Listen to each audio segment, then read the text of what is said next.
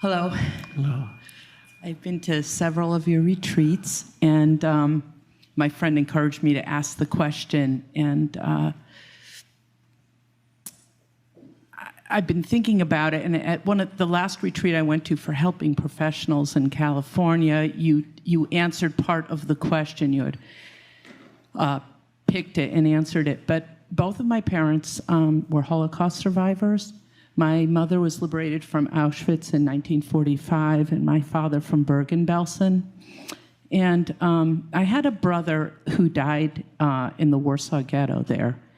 And I have this identification with this collective kind of unconscious where I constantly try to think about what you're saying and how to apply the feeling of there is no problem in the present moment. And I go back, it doesn't happen all the time, but when you say that, I think about them and I think, how could they have done that? How could they have said in a state of terror, there's no problem right now, you know? And I think about it often.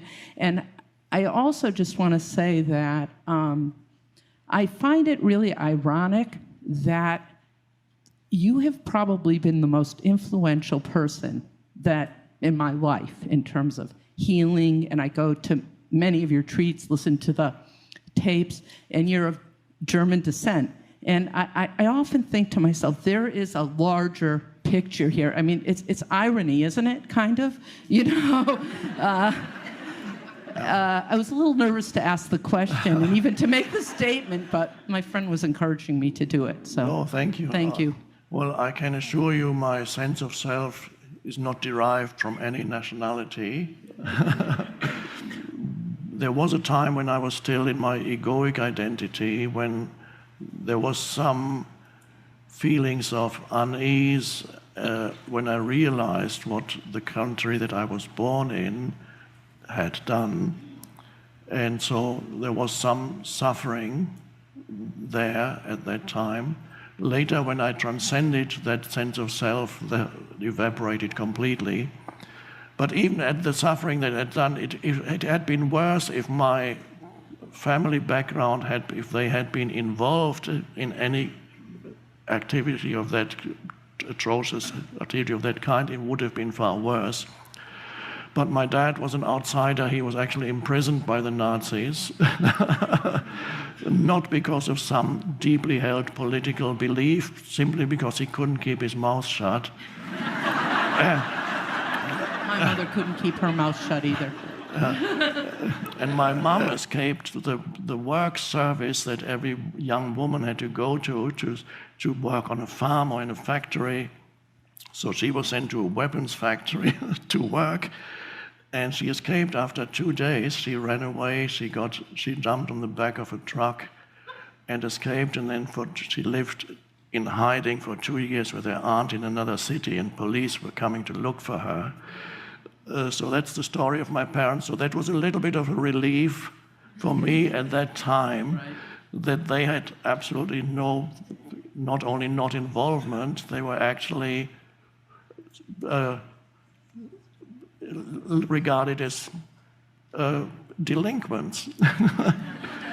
But now the most important part, in such extreme situations of such extreme suffering, concentration camp and so on, and even nowadays there are places on the planet where people are in these situations of extreme suffering, where death could come at any moment. They might only have, whether if you've been captured by some terrorists and you know they're going to kill you,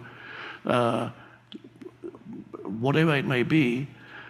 Now, there have been accounts of people who were in concentration camps, who have actually broken through to a very deep level of consciousness by being in that situation.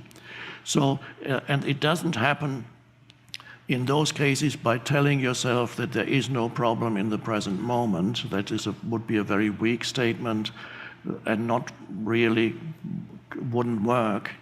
So, but what does work is the situation like that can drastically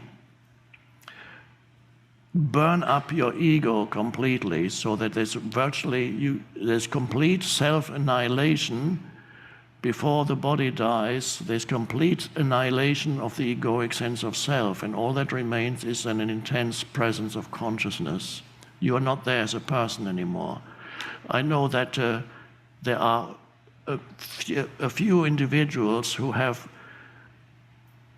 gone there, who have later been able to speak about it, and I'm sure there are many others, a minority, yes, there are many others who never were able, they died there, they were never able to later on express what they actually went through, but I believe there is a considerable number of people who went through this, the deepest shift in consciousness that's possible in this impossibly painful situation, and it actually became totally awakened as consciousness and realized that there is no death.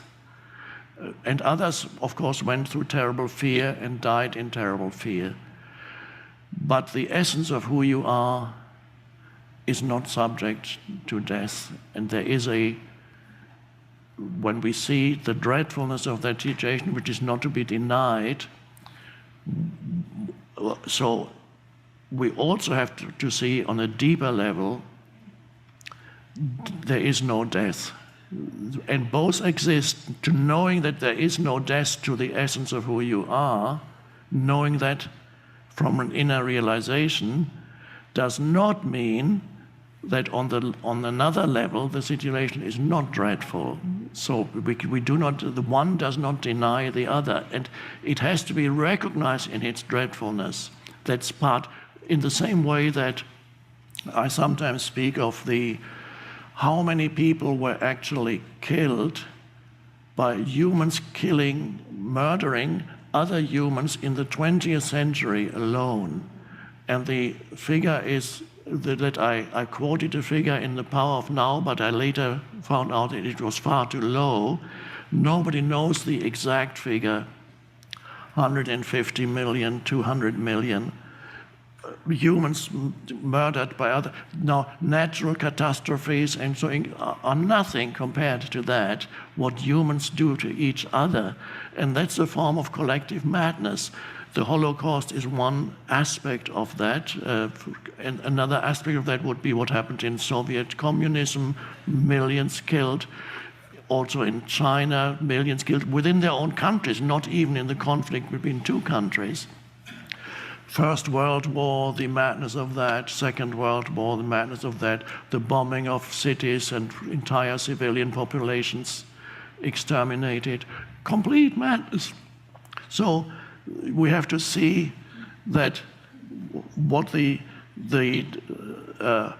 madness that is in ultimately the dysfunctional egoic mind and what it produces, and this is